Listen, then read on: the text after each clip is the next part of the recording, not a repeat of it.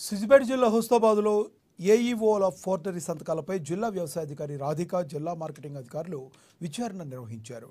రైతుల పేరిట ఆన్లైన్లో తప్పుడు వివరాలు నమోదు చేసి సంతకాల ఫోర్జరీ చేశారని వ్యవసాయ అధికారి రాధిక అన్నారు.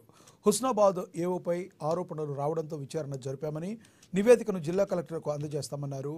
ఏవో ఫోర్జరీ చేశారా లేదా అనేది ఇంకా తెలియాల్సి ఉందని, తప్పు ఎవరు చేసినా క్రిమినల్ చర్యలు తీసుకుంటామని తెలిపారు.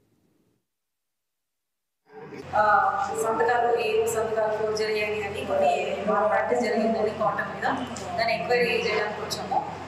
ఒక బుక్ అయితే ఏవో ఇక్కడ ఏఎంసీ నుంచి హ్యాండ్ ఓవర్ చేసుకున్నారు. కానీ ఆ బుక్లో ఏవో సిగ్నేచర్స్ అని చెప్పి పెట్టున్న ఫస్ట్ పేపర్ వీళ్ళకి వస్తుంది కదా ఏఎంసీకి, అది వెరిఫై చేస్తే ఆ సంతకాలు ఏవో సంతకాలు కాదు. మరి అవి ఎవరు ఫోర్జరీ చేసి ఇక్కడ ఏవో పేరు మీద ఇచ్చారో తెలియదు. బుక్ ఏవో హ్యాండ్ ఓవర్లో ఉంది కాబట్టి ఏవో ఏమో నాకు సంబంధం లేదు, నేను ఇవ్వలేదు అంటున్నాడు. సో అవి ఎంక్వైరీ చేద్దాము. ఎట్లా వీళ్ళు రిజిస్ట్రేషన్ అని చేస్తున్నారు, 18 పర్మిట్స్కి డౌట్ ఉంది. ఆ డౌట్ని ఫార్మర్స్ దగ్గర కూడా వెళ్ళి ఎంక్వైరీ చేసుకుని వచ్చాము. వీళ్ళు కరెక్ట్గా పత్తి పెట్టారా, కొంతమంది ఏమో పెట్టలేదు, వేరే వాళ్ళే తీసుకొచ్చాము అని చెప్తున్నారు.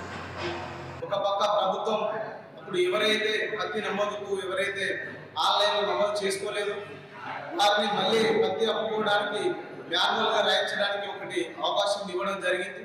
కానీ ఆ అధికారాన్ని ఇప్పుడు ఉన్నటువంటి ఏవో కానీ ఇతర అధికారులు వాళ్ళు తప్పుదోవ పట్టించి ఇక్కడ గ్రామాలలో పత్తి సాగు చేయని రైతులకు సైతం వాళ్ళు పత్తి సాగు చేసినట్టుగా సృష్టించి, అదేవిధంగా ఏవోలో ప్రమేయం లేకుండా వాళ్ళ సంతకాలను ఏవో ఫోర్జరీ చేయడం అంటే చాలా దుర్మార్గమైన చర్య. ఇది తక్షణమే అతన్ని సర్వీస్ నుంచి రిమూవ్ చేయాలని చెప్పేసి డిమాండ్ చేస్తాము.